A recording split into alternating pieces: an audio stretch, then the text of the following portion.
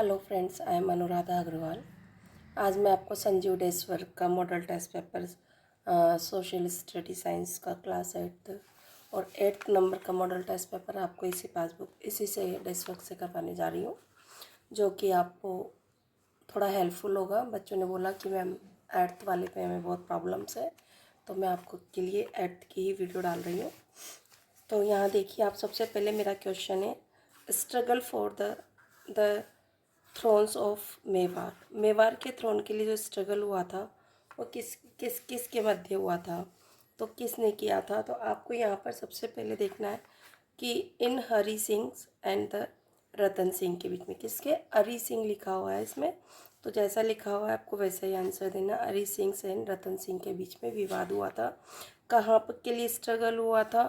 Throne of Mewar की राजगद्दी के लिए हुआ था। The procedure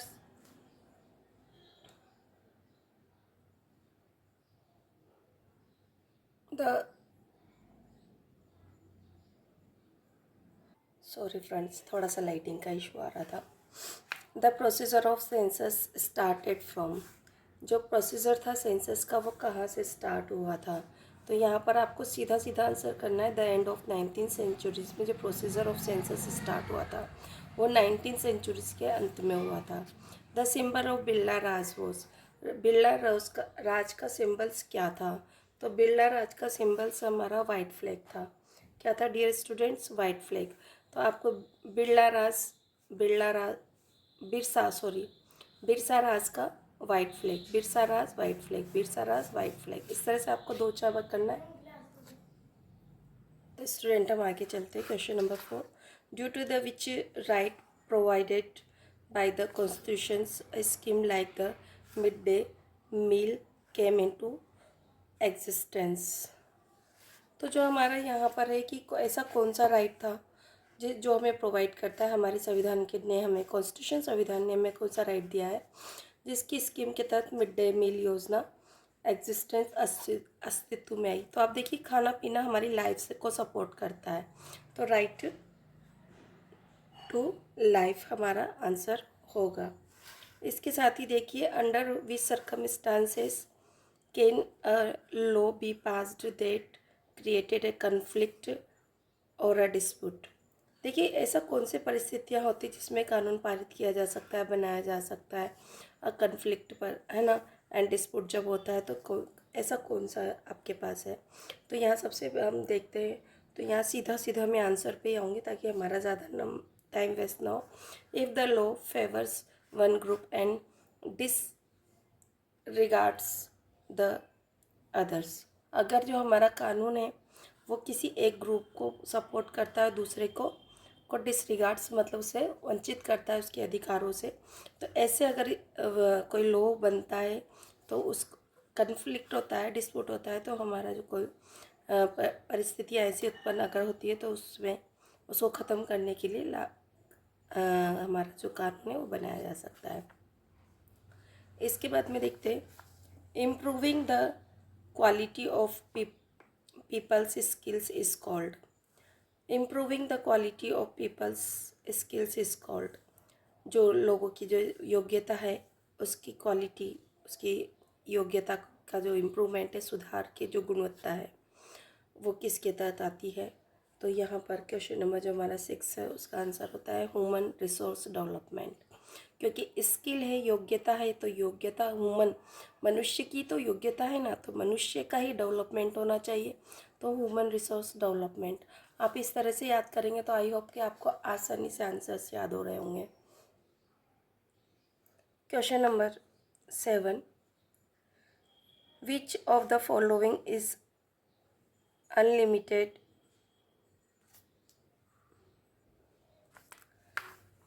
which of the following is unlimited resources, ऐसा कौन सा सोर्स है जो हमारे पास अनलिमिटेड है। तो सोलर एनर्जी हमारे पास सबसे अनलिमिटेड है। जो भी चीज़ें होती है जो प्रकृति के द्वारा हमें दी जाती है तो वो अनलिमिटेड होती है solar energy. The highest tribal population in Rajasthan is of which tribes, कौन सी ऐसी जनजाति है जो राजस्थान में सबसे ज़्यादा पॉपुलेट है। तो आपने देखा होगा जगह जगह पर हमें मीना समाज बहुत ज़्यादा मिलता है, मिलता ही नहीं मिलता, तो मीना समाज सबसे ज़्यादा पॉपुलेटेड है एरिया। देखिए स्टूडेंट, हम आ चुके क्वेश्चन नंबर 9 पे। Vasco D gamma, Vasco D gamma कौन था? तो आप देखेंगे वास्को डी गामा हमारे पास पुर्तगीज़ था, एक्सप्लोरर था जिसने खोज की थी, है ना। फर्स्ट इंग्लिश फैक्ट्री कहाँ पर आपको एस्टेब्लिश हुई थी? तो फर्स्ट इंग्लिश फैक्ट्री हमारी रिवर हुगली के नज़दीक हुई थी। आपने पता है जितनी भी फैक्ट्रीज होती है नदियों के आसपास ही होती है, तो आपको ये चीज़ ध्यान रखनी होगी कि जितनी भी फैक्ट्रीज है वो रिवर के आसपास है। तो आपको फिर इसी तरह से आंसर देने होते हैं। आपको थोड़ा सा कॉमन सेंस अगर अपन अप्लाई करेंगे तो हमें ईजी होगा, है ना। मुर्शिद कुली खान कहाँ के क्या थे? तो देखो मुर्शिद कुली खान है, तो मुर्शिद कुली खान हमारे कहीं ना कहीं के नवाब ही होंगे, है ना, क्योंकि ये भी मोमडन नेम है और ये भी मोमडन नेम। तो मुर्शिद कुली खान नवाब ऑफ बंगाल से। महाराणा रंजीत सिंह कहाँ से हो सकते हैं? देखिए महाराणा रंजीत सिंह, अब बचा क्या है हमारे पास? पंजाब। तो इस तरह से आप थोड़ा सा अगर कॉमन सेंस के साथ भी अगर आप पढ़ना चाहेंगे तो इजीली हो जाएगा। डरने वाली जैसी कोई चीज़ नहीं होती है, SST है भाई, है ना। प्रधानमंत्री कौशल विकास योजना वॉज स्टार्टेड इन 2015, ट्रू या फॉल्स? तो हम कहेंगे कि प्रधानमंत्री कौशल विकास योजना 2015 में ही स्टार्ट हुई थी। 2014 में सबसे बड़ा मिशन आया था हमारा क्लीन इंडिया मिशन, उसी के 1 साल बाद, है ना, कौशल विकास योजना आ चुकी थी, है ना। As per the census of 2011 the population density 250 per square metre. तो ये ऐसे क्वेश्चन है जो आपको एज इट इज़ लर्न होता है कि 2011 में जो हमारी पॉपुलेशन की डेंसिटी थी, मतलब आबादी कितनी थी, तो आबादी का घनत्व था 250, है ना। 1 किलोमीटर स्क्वायर में 250 लोग, इस तरह का है, तो ये फॉल्स है। No, the population is United State of America has increase due to the immigrations. Population United State of America की जो थी इंक्रीज़ हो गई थी ड्यू टू द इमिग्रेशंस के कारण। तो यहाँ पर भी देखना, यस, हाँ, इमिग्रेशंस के कारण ऐसा हुआ था, है ना। Population increase when birth rate is lower than the death rate. जो पॉपुलेशन है वो बढ़ती है क्योंकि बर्थ रेट लोअर है और डेथ ज़्यादा है, तो ऐसा संभव नहीं है। तो आपका क्या हो रहा है? फॉल्स। इसके बाद क्वेश्चन आता है विच ट्रिक, आपको दिख रहा होगा। अब मैं सारे आंसर शीट में से ही पढ़ कर आपको बताऊँ, क्योंकि मेरे पास इतना टाइम नहीं है कि मैं हैंड रिटन नोट्स बना पाऊँ। The tricks do privates companies contractors businessman etcetera start adopting to earn more benefit. ऐसी कौन सी ट्रिक्स थी? उन ट्रिक्स के बारे में बताइए जो प्राइवेट कंपनी कॉन्ट्रैक्ट बिजनेसमैन है वो अपनाना शुरू कर देते हैं ज़्यादा बेनिफिट के लिए।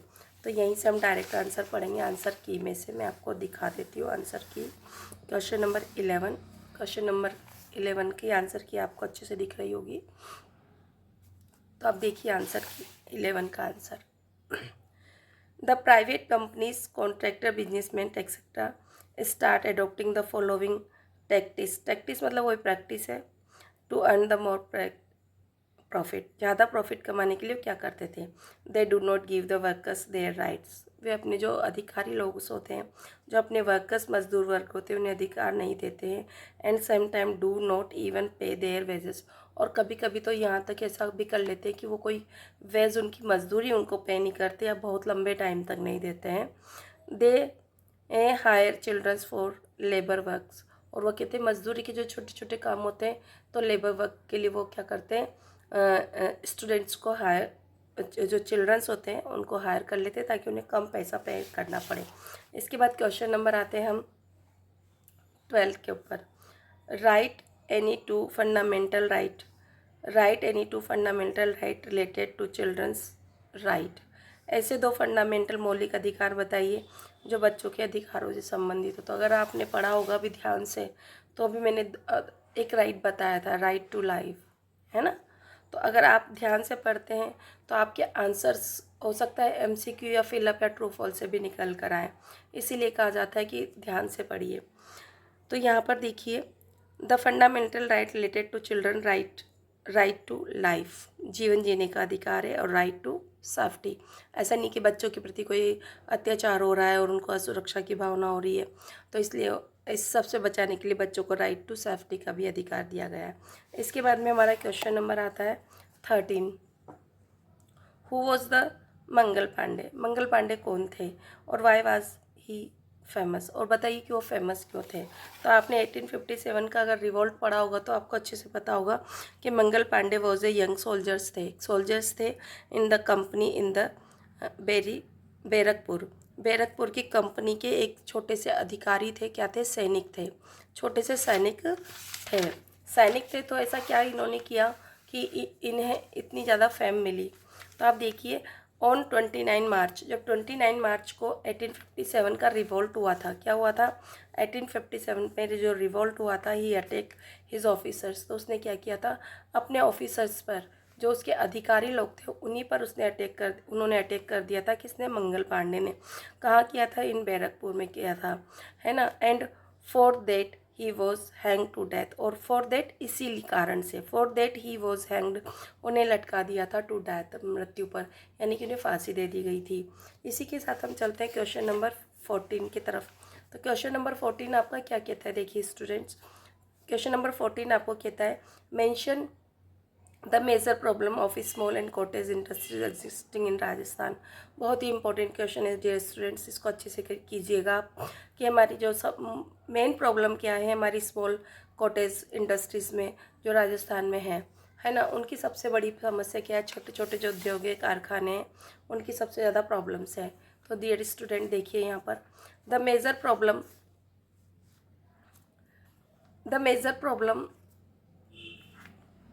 Problem of small and cottage industry in the state of Rajasthan are. जो मुख्य प्रॉब्लम्स है यहाँ के छोटे उद्योग और इंडस्ट्रीज हैं, उनमें लेक ऑफ फाइनेंशियल रिसोर्सेज। सबसे ज़्यादा कमी किसकी? Lake of financial resources.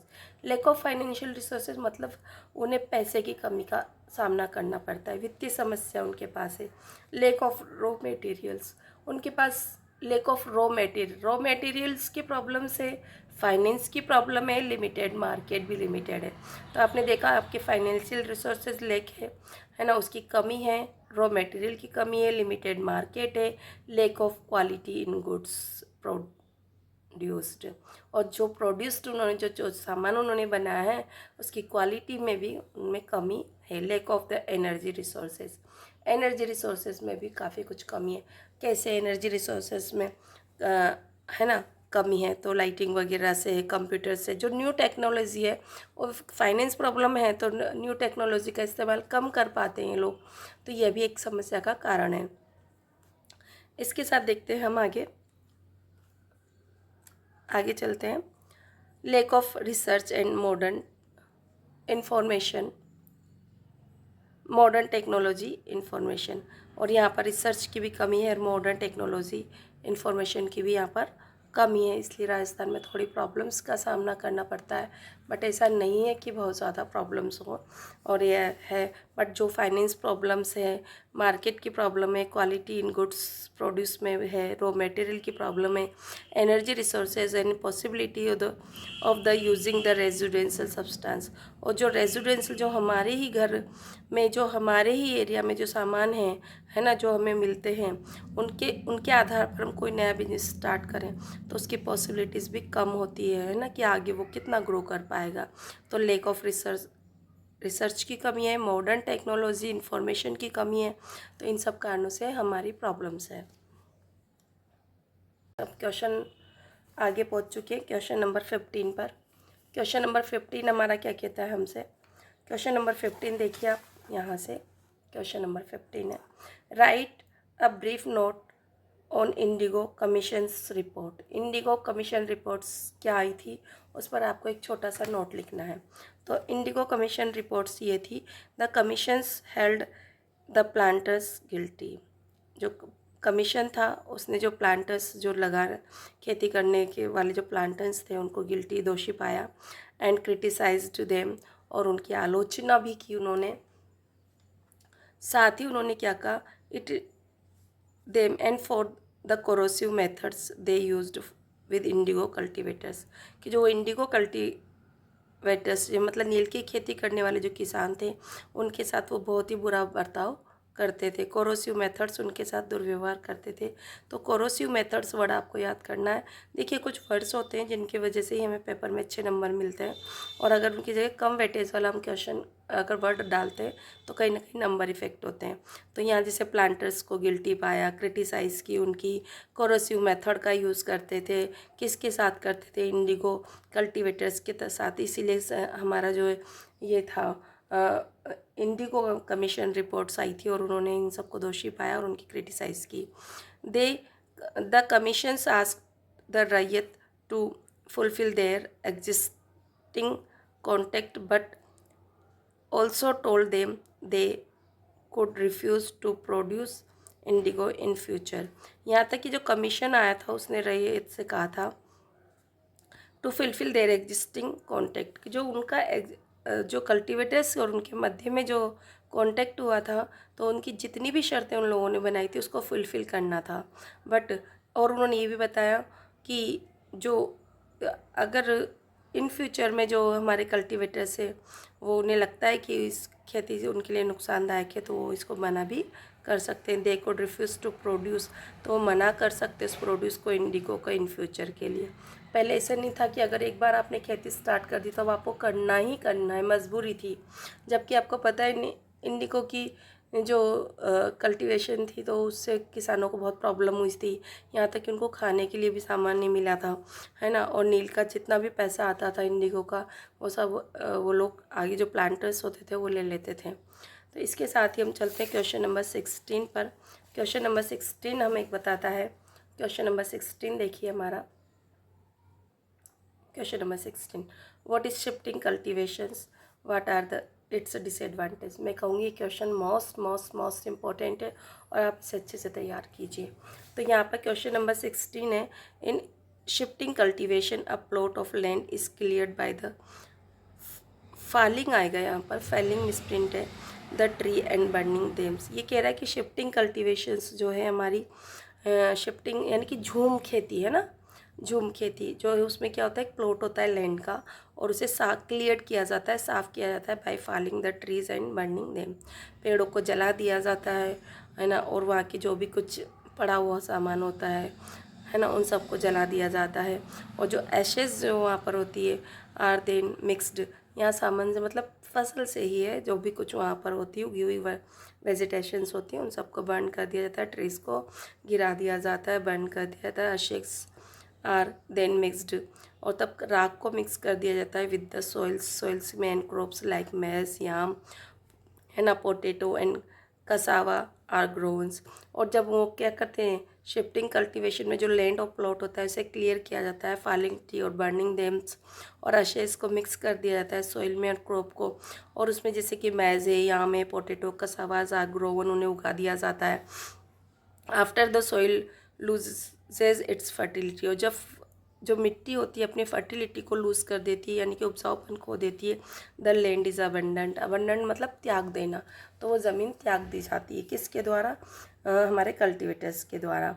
And the cultivators move to a new plot, और जो हमारे कल्टीवेटर्स होते हैं न्यू प्लॉट की तरफ मूव कर जाते हैं, मतलब नई जगह की तलाश के लिए वो चले जाते हैं। कब, जबकि वो देख लेते हैं कि सॉइल की ने अपनी फर्टिलिटी को लॉस कर दिया, इनकी लूज़ कर दिया। इसके बाद में देखिए यहाँ पर इन दिस वे, इस तरीके से द फार्मर, जो किसान होते हैं हमारे, the farmers cultivate from one place to place with the help of his family. इस तरीके से जो हमारे किसान भाई हैं वो एक स्थान से दूसरे स्थान पर अपनी फैमिली की मदद से चले जाते हैं और खेती करते हैं। Disadvantage of shifting cultivations, shifting cultivation के सबसे ज़्यादा नुकसान क्या है, तो नुकसान देखिए, disadvantage of shifting cultivation, it causes soil erosion, इससे क्या होता है हमारा सॉइल इरोजन हो जाता है यानी कि मृदा अपरदन हो जाता है, मिट्टी की क्वालिटी में कमी आ जाती है ना। It damage the forest area, और क्या हमने कहा कि यहाँ पर ट्री को फाल कर दिया जाता है और हमने ये भी बोला कि बर्न कर दिया जाता है, तो इस तरह से हम कह रहे हैं कि ये जो हमारे ना फॉरेस्ट एरिया को डैमेज करते हैं।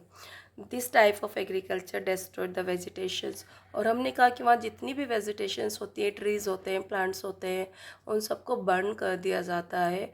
तो यहाँ पर देखिए, क्या आपको नहीं लगता कि इस तरह की एग्रीकल्चर कर देते हो तो वहाँ की जो उस हर, आप जानते हैं हर इलाके की अपनी अपनी वेजिटेशंस होती हैं और वो सबसे ज़्यादा इम्पोर्टेंट भी होती है उस इलाके के लिए, तो वो सब डिस्ट्रॉय हो जाती है।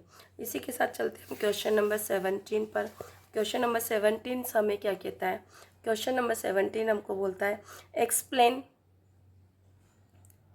Explain the classification of industries on the basis of ownerships. तो ये कह रहा है कि classification of industries on the basis of ownership, मालिकाना हक के आधार पर आप जो उद्योग है, हमारे कारखाने, उनका जो वर्गीकरण है उसे स्पष्ट कर दीजिए। तो इस क्वेश्चन को भी आप देखिए आराम से, और मैं कहती हूँ क्वेश्चन इंपॉर्टेंट है, इसे अच्छे से आप करके जाएं, ऐसा नहीं कि इसको आप हल्के में लें। On the basis of the ownerships, मालिकाना हक के आधार पर इंडस्ट्रीज आर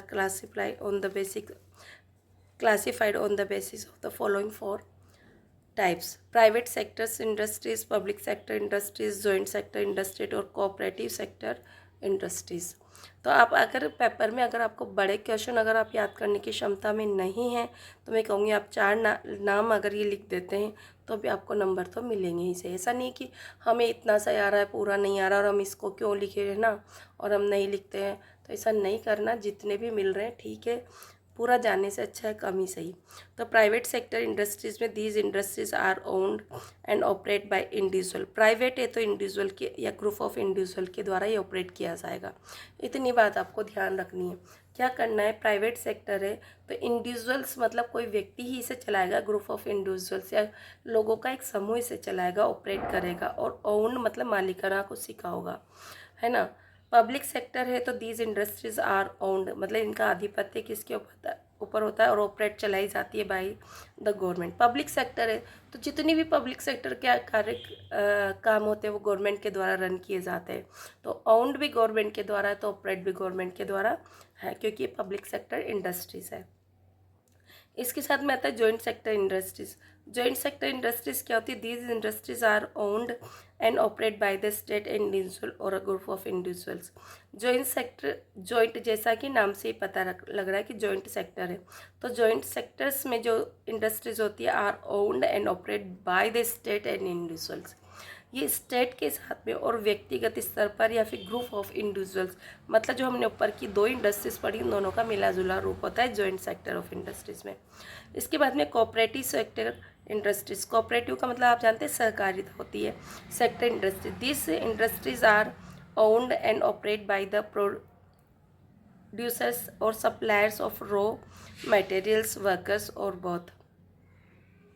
तो इस तरह की जो इंडस्ट्रीज हमारी कोऑपरेटिव सेक्टर इंडस्ट्रीज, ये इंडस्ट्रीज आर ओन्ड, इन पर आधिपत्य होता है, मालिकाना हक होता है, इन्हें चलाया जाता है बाय द प्रोड्यूसर्स जो बनाने वाले होते हैं, और सप्लायर्स होते हैं जो आपूर्ति करने वाले होते हैं रॉ मटेरियल्स की, और वर्कर्स और बोथ। कोऑपरेटिव सेक्टर्स में आप ध्यान रखना कि वर्कर्स के साथ में जो रॉ मटेरियल्स को सप्लाई करने वाले लोग हैं, जो प्रोड्यूसर्स हैं, जो चीज़ों को बनाने वाले हैं, रॉ मटेरियल को सप्लाई करने वाले, और वर्कर्स जो है, इन सब का एक मिला जुला रूप होता है जो इसको ऑपरेट करता है, ओन करता है कोऑपरेटिव सेक्टर ऑफ इंडस्ट्रीज़ में। इस तरह से हमने क्वेश्चन नंबर 17 तक अच्छे से कर लिया है। आई होप आपको बहुत अच्छे से समझ में आया होगा। हम मूव करते हैं क्वेश्चन नंबर 18 पर। क्वेश्चन नंबर 18 हमारा कहता है हमसे, क्वेश्चन नंबर 18 पर हम आते हैं। देखिए यहाँ से question number 18, Why was the East India Company opposed to missionaries' activities in India until 1813? 1813 तक ऐसा क्या हुआ था कि जो ईस्ट इंडिया कंपनी थी उसने मिशनरी एक्टिविटीज़ को भारत में, है ना, why was the East India Company oppose, क्यों ईस्ट इंडिया कंपनी ने विरोध किया था टू मिशनरीज एक्टिविटीज़ का भारत में 1813 तक, 1813 तक, है ना। तो क्यों किया था, क्यों विरोध किया मिशनरीज एक्टिविटीज़ का? तो आंसर्स यहाँ देखते हैं हम। देखिए यहाँ पर, द कंपनी फियर्स, कंपनी को डर था, that the activities of the missionaries, जो मिशनरीज की जो गतिविधियाँ थी, missionaries would create discontent among the local peoples.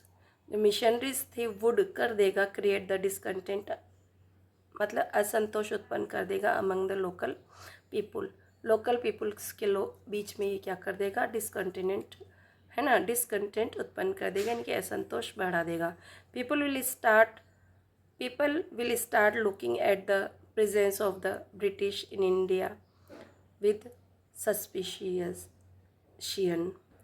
जो लोग थे विल स्टार्ट लुकिंग एट, वो देखना शुरू कर देंगे the presence of east India company. East India company British in India, जो भारत में जो ब्रिटिश लोग हैं उनकी प्रेजेंस को वो देखना शुरू करेंगे विथ सस्पिशियंस, मतलब संदेह की दृष्टि से उन्हें देखना शुरू कर देंगे। That's why the company was against him, और इसीलिए जो कंपनी थी वो इस सबके खिलाफ थी। किसके खिलाफ थी, कि मिशनरीज एक्टिविटीज़ भारत में आगे बढ़े। तो आपको अच्छे से ध्यान रखना होगा, डिसकंटेंट था, उन्हें डर था, फियर था कि कहीं ऐसा ना हो कि मिशनरीज से ना डिसकंटेंट, है ना, असंतोष उत्पन्न कर दे लोकल पीपल्स के अंदर, और ये जो लोकल पीपल्स हैं वो उनकी ब्रिटिश की प्रेजेंस को, उपस्थिति को, है ना, संदेह की दृष्टि से देखे, इसी कारण से वो मिशनरीज के खिलाफ थी। क्वेश्चन नंबर चलते हैं हम इसके साथ ही में। क्वेश्चन नंबर हमारा आ रहा है,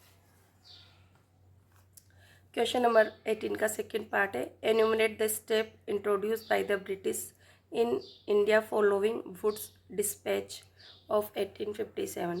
enumerate the steps introduce by the, ये वो कदम बताने हैं आपको जो इंट्रोड्यूस कदम उठाए गए थे ब्रिटिश के द्वारा भारत में, following Wood pact dispatch of 1854। 1854 में वुड डिस्पैच एक रिपोर्ट आई थी जिसके बारे में आप लोगों ने पढ़ा होगा, है ना। तो मैं चाहूँगी कि पहले वो क्वेश्चन यहाँ पर हम डिस्कस कर लें, उसके बाद में यहाँ चले तो आपको ज़्यादा अच्छे समझ में आएगा। तो मैं आपको बताती हूँ वो क्वेश्चन अभी। तो देखिए स्टूडेंट, मैं उस क्वेश्चन को समझाने से पहले यहाँ पर ये समझाना चाहती हूँ आपको। Explain the two silent features of Wood's dispatch of 1857। Salient features, कुछ आपको वुड डिस्पैच एक्ट एक है क्या 1857, इसके बारे में यहाँ देखिए। The step introduce the British in India following Wood dispatch of 1857। तो ये क्वेश्चन यहाँ पर मॉडल टेस्ट पेपर नंबर 6 में भी आया। तो इस तरह के क्वेश्चंस अगर बार बार अगर कोई क्वेश्चन रिपीट होता है तो देखिए स्टूडेंट्स, वो क्वेश्चन उस क्वेश्चन का पेपर में आने का वेटेज ज़्यादा हो जाता है। तो यहाँ पर से मैं आपको क्वेश्चन बताना चाहती हूँ। तो द वुड डिस्पैच क्या है, तो यहाँ आइए आप मेरे साथ और जुड़े रहिए और पढ़ते रहिए। तो वुड डिस्पैच जो हमारा है वो देखिए, इट वॉज अ नोट, ये क्या था, एक नोट था। क्या था ये एक नोट था। It was a note about the education के बारे में था। Since it was issued by the Charles Wood, किसके द्वारा इशू किया गया था, चार्ल्स वुड के द्वारा इशू किया गया था। किसके द्वारा, आपको डियर स्टूडेंट ये अच्छे से ध्यान रखना होगा, किसके द्वारा इशू किया गया था। जिसके द्वारा इशू किया गया उसी के नाम पर किसी भी चीज़ का नाम डलता है। तो आप ये देखिए, एक नोट था। नोट किसके बारे में था, एजुकेशन के बारे में था। It was issued by the Charles Wood के द्वारा इशू किया गया था, the president of the board of control of company का जो बोर्ड ऑफ कंट्रोल था उसके द्वारा, उसके प्रेसिडेंट के द्वारा इशू किया गया था। It had come to be known, और इसे ही जाना जाता है एज अ वुड्स डिस्पैच के नाम से जाना जाता है।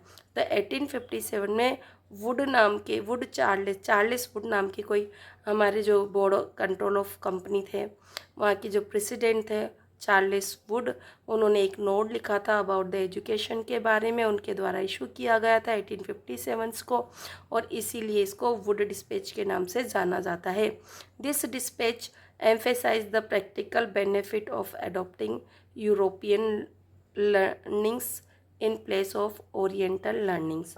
ये कह रहा है कि ये डिस्पैच जो था ये एम्फेसाइज जोड़ देता है the practical benefits of the adopting European learnings. ये ना जो यूरोपीय लर्निंग था, जो यूरोपियन ज्ञान था, उसके जो व्यवहारिक ज्ञान के जो फ़ायदे थे उसको अडॉप्ट करना, मतलब उसको अपनाने के बारे में कहता है कि जिस तरह से यूरोप में लर्निंग हो रही है, कौन सा प्रैक्टिकल बेनिफिट की, है ना, वही हमको भी यूज़ करनी चाहिए इन place of the oriental learning. हमें ओरिएंटल लर्निंग के ऊपर ज़्यादा डिपेंड ना होकर किस पे, प्रैक्टिकल बेनिफिट पर हमें ध्यान देना है। तो यूरोपियन लर्निंग को हमें अडॉप्ट करना चाहिए। ये चीज़ हमको वहाँ पर कहा था। किसने में कहा था, है ना, वुड डिस्पैच 1857 में। किसके द्वारा, चार्ल्स वुड के द्वारा। में भले ही वीडियो लंबी हो जाए बट आपको अच्छे से समझ में आना चाहिए, यही मेरा उद्देश्य है। अदरवाइज़ मुझे कहाँ ज़रूरत है कि सब कुछ मैं करूँ, बट आपकी प्रॉब्लम मेरे प्रॉब्लम्स होती है डियर स्टूडेंट्स। इसीलिए इसी का सेकंड पार्ट जो कि हम मॉडल टेस्ट पेपर नंबर 8 में कर रहे थे, enumerate the step introduce by the British in India the following, है ना, द वुड्स डिस्पेस एक्ट। तो आप देखिए यहाँ पर भी तो यही सेम क्वेश्चन है, देखिए 18 वाला।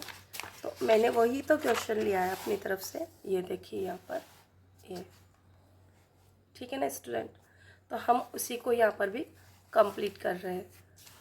तो अब देखते हैं उसी का आंसर्स, यहाँ से करो चाहे वहाँ से करो, आंसर तो सब सेम ही होते हैं।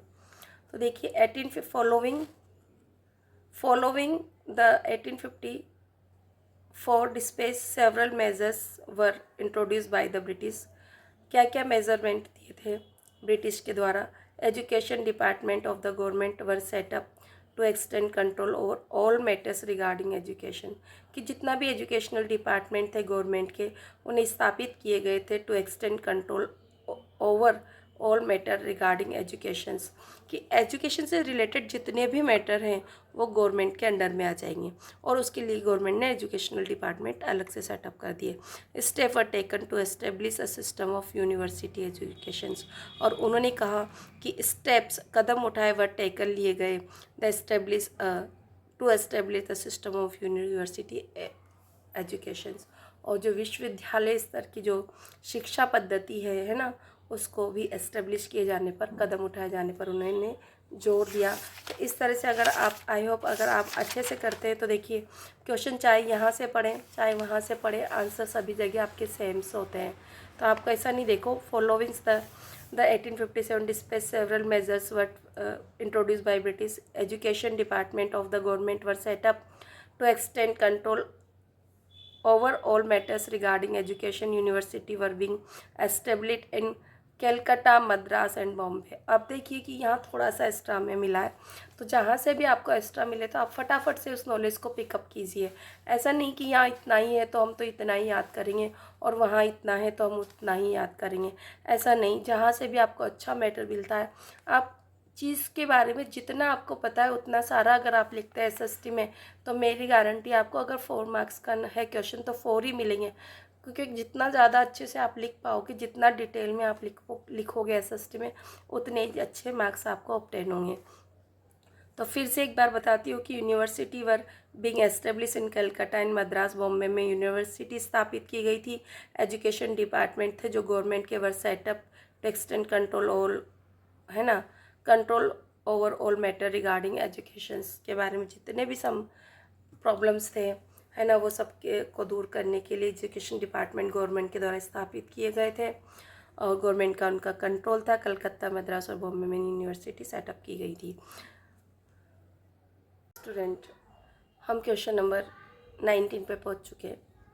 कंप्लीट द फॉलोइंग टेबल देखते हैं। To right related to manual scavenging, scavenging से रिलेटेड, यानी कि जो साफ़ सफाई करने वाले, जो मेला उठाने वाले लोग हैं, उनके दो जो अधिकार हैं उनके बारे में आप बताइए।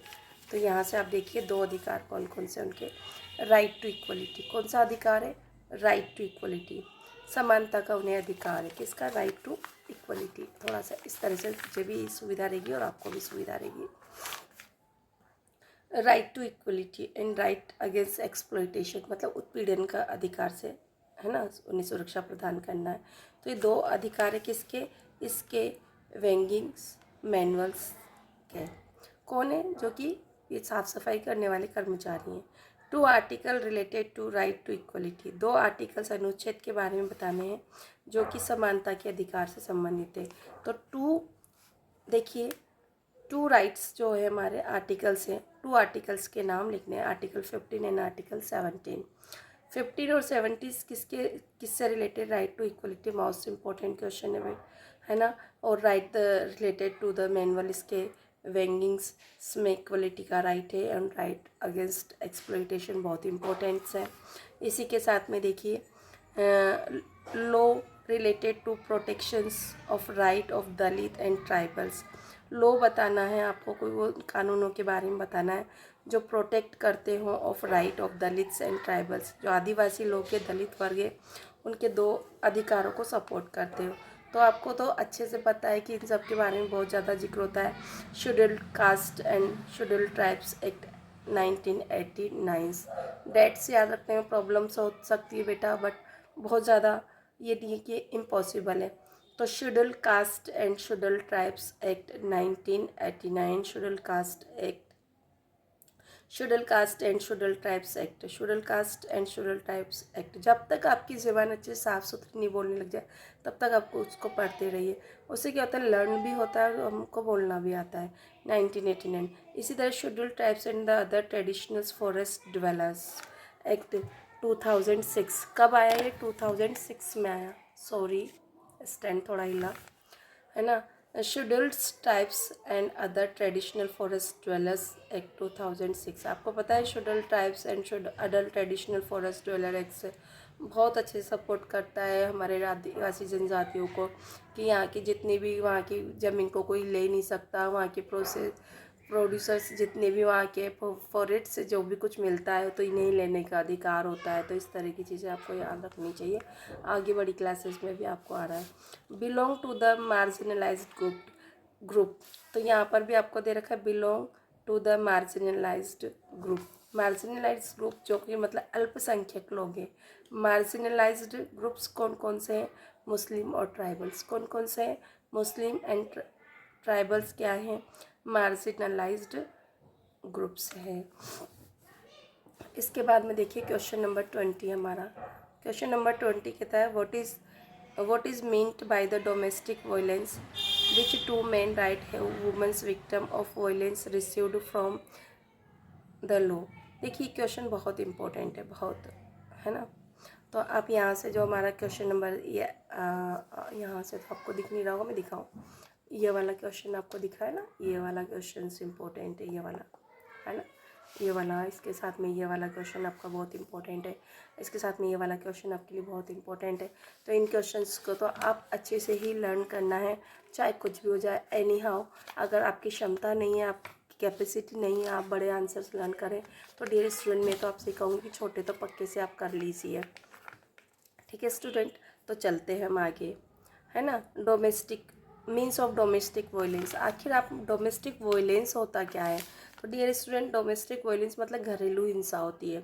तो when a male members of the family, usually the husband, जो मेल मेंबर्स होते हैं हमारी फैमिली के, खास तौर पर जो हस्बैंड होते हैं, बीट, हर्ट और थ्रेटन्स टू बीट और hurt a female member of the family.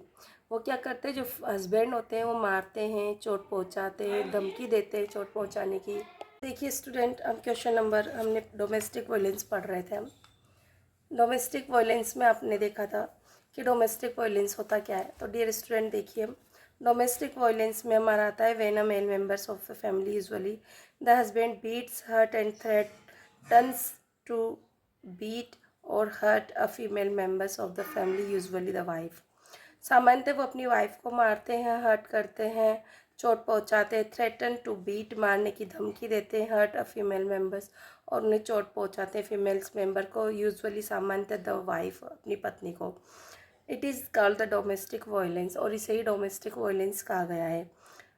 Women's who are the victims, जो औरतें हैं जो पीड़ित हैं ऑफ वायलेंस, इस हिंसा की शिकार हैं, have received the following 2 main right for the new law.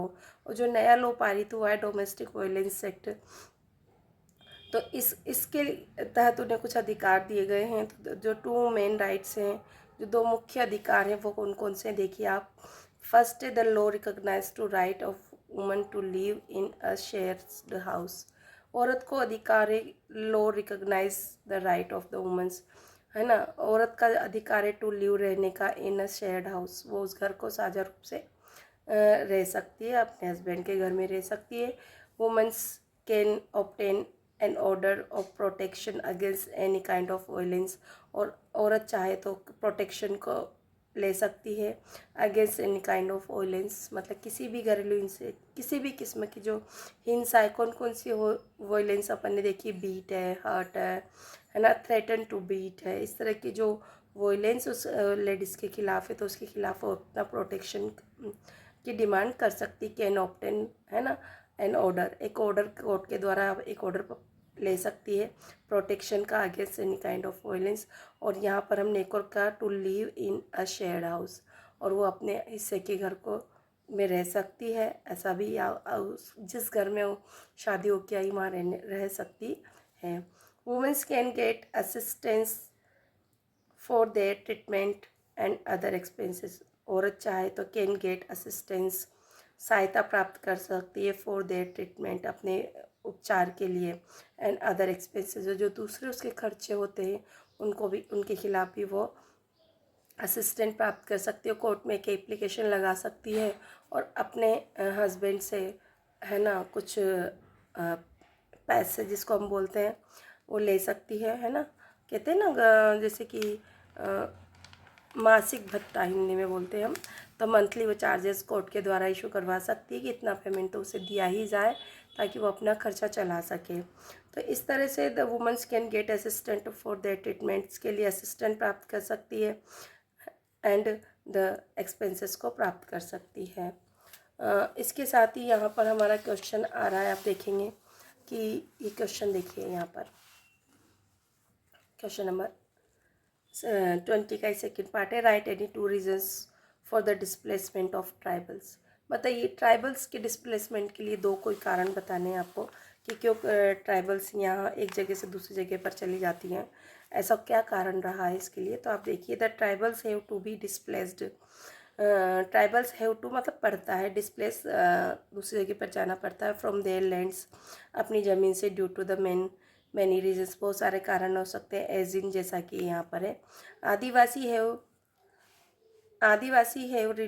lived in areas that are rich in minerals and other natural resources. Adivasi have lived, वो रहते हैं, इन एरियाज, ऐसे क्षेत्रों में रहते हैं, that are rich in minerals and other natural resources, जहाँ पर मिनरल्स बहुत ज़्यादा मात्रा में होते हैं और नेचुरल रिसोर्सेज ज़्यादा होते हैं, जैसे प्लांट प्रोडक्ट ज़्यादा होते हैं, है ना, जैसे जहाँ पर माइनिंग्स ज़्यादा हो, है ना, जहाँ पर आप कह सकते हैं फॉरेस्ट से मिलने वाली बहुत सारी चीज़ें जो भी मिलती हैं, आप लोग अच्छे से जानते हैं।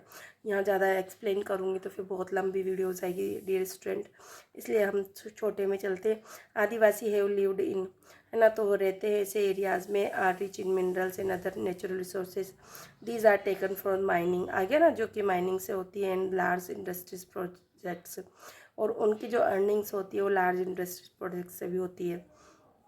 Powerful forces have often colluded to take over tribals land, जो पावरफुल फोर्सेस होते हैं, मतलब जो शक्तिशाली लोग होते हैं, वह अक्सर कोल्यूडेड मतलब साठगांठ कर लेते हैं, टू टेक ओवर हथिया लेते हैं ट्राइबल्स की लैंड्स को। According to the officials figures, more than 50% of persons displaced due to the mines and mining projects are tribals। तो आपने देखा होगा कि अगर अकॉर्डिंग टू ऑफिशियल फिगर्स, अगर ऑफिशियल्स शासकीय आंकड़ों के आधार पर अगर हम देखें तो 50% से जो ज़्यादा लोग होते हैं ड्यू टू माइनिंग्स के कारण से, है ना, माइंस के कारण एंड माइनिंग प्रोजेक्ट के कारण ये ट्राइबल्स को डिस्प्लेस कर दिया जाता है, दूसरी जगह भेज दिया जाता है, किसके द्वारा, पावरफुल फोर्सेस के द्वारा या इंडस्ट्रियल प्रोजेक्ट के द्वारा। तो यहाँ पर देखिए, huge tract of their lands have also gone under the water और ऑफ हंड्रेड्स ऑफ डैम्स। इसको भी आप अच्छे से देखिए, huge tract of their lands, उसका जो ज़मीन का बहुत बड़ा जो हिस्सा है, हैव ऑल्सो गोन, चला जाता है, under the water of the hundreds of dams, लाखों की संख्या में, हज़ारों की संख्या में, यहाँ पर सैकड़ों की संख्या में जो डैम्स का निर्माण होते हैं, तो उन डैम्स वाले इलाकों में उनके ह्यूज टैक्स, बहुत सारी ज़मीन चली जाती है। They have been displace from these places, और उन्हें डिस्प्लेस कर दिया जाता है, वंचित कर दिया जाता है, दूसरे स्थानों पर भेज दिया जाता है, due to the huge tract of their lands have also gone under the water or of hundreds of times, है ना, डैम्स का निर्माण जो करते हैं उनके कारण भी उनकी ज़मीनें बाढ़ की वजह से या नदियों की वजह से उनमें चली जाती है और वहाँ उनको डिस्प्लेस होना पड़ता है। इसी क्रम में हम आगे देखते हैं